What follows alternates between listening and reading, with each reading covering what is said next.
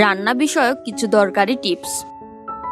পেঁয়াজ কাটার আগে 2-3 মিনিট ঠান্ডা পানিতে ভিজিয়ে রাখুন, চোখে পানি আসবে না।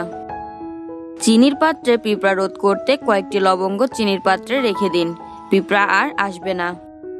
লবণ ঝরঝরে রাখতে কয়েক দানা চাল লবণের পাত্রে রেখে দিন, লবণ ঝরঝরে ও শুকনো থাকবে।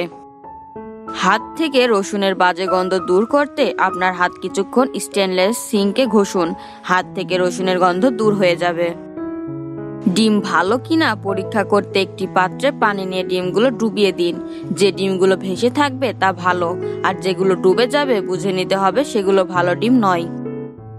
তরমুজের স্বাদ দ্বিগুণ মিষ্টি করে তুলতে তরমুজের উপর সামান্য লবণ ছিটিয়ে দিন। তেলের গন্ধ দূর করতে এতে সামান্য আদা ভেজে নিন, গন্ধ আর থাকবে না। বাসন ধোয়ার স্পঞ্জ অনেকদিন ভালো রাখতে তা খোলার আগে কয়েকদিন ফ্রিজে রেখে দিন, কখনো নষ্ট হবে না। কমলার খোসা দিয়ে কাচের বাসন ঘষলে বাসন চকচক করবে। ভাত রান্না করার সময় মাড় ফেলে না দিয়ে তা ত্বকে লাগিয়ে নিন, এটি অ্যান্টি এইজিং হিসেবে কাজ করবে। পুরাতন খাবার গরম করার সময় খাবারের মাঝখানটায় গোল করে সার্কেল কেটে দিন, তাড়াতাড়ি গরম হবে।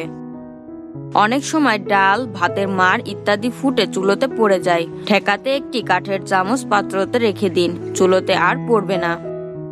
ডিম সিদ্ধ করার সময় 1 চা চামচ বেকিং সোডা পানিতে দিয়ে দিন, ডিম তাড়াতাড়ি সিদ্ধ হবে। মেজারমেন্ট কাপ বা চামচ নেই, হাত দিয়ে মেপে ফেলতে পারেন রান্নার উপকরণ। 2 মুঠো ভর্তি মানে 1 কাপ, 1 তর্জনী সমান 1 চা চামচ, 1 টেবিল চামচ হচ্ছে বুড়ো আঙুলের সমান। পাউরুটি বা প্লেন কেক উপর থেকে কাটতে গেলে আঁকাবাঁকা হয়ে যায় স্লাইসগুলো, উল্টো দিক থেকে কাটুন, পছন্দ মতো আকৃতি দেওয়া সহজ হবে। ফ্রিজের গায়ে দাগ ধরে গেলে স্পঞ্জে টুথপেস্ট লাগিয়ে ঘষুন, দাগ উঠে যাবে।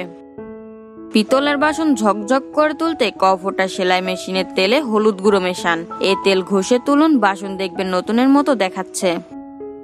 রান্না পুড়ে পাত্রের তলায় এঁটে গেছে, পাত্রটিকে নুন জলে ভর্তি করুন, তারপর আঁচে বসান। জল ফুটতে শুরু করলে পোড়া অংশ আলগা হয়ে উঠে যাবে। ঘিয়ের গন্ধ বজায় রাখতে হলে ঘি রাখার শিশিতে 1 টুকরো আখের গুড় রেখে দিন। ভোজ্য তেলে 8 বা 10টা আস্ত গোলমরিচ ফেলে দিন, তেল দীর্ঘদিন অব্যবহৃত হলেও ভালো থাকবে।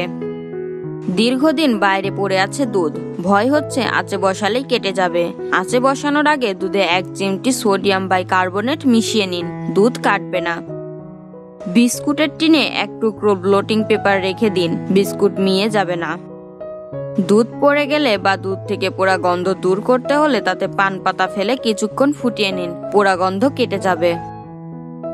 আজকের ভিডিও এই পর্যন্তই। ভিডিওটি ভালো লেগে থাকলে লাইক দিবেন এবং বন্ধুদের সাথে শেয়ার করতে ভুলবেন না।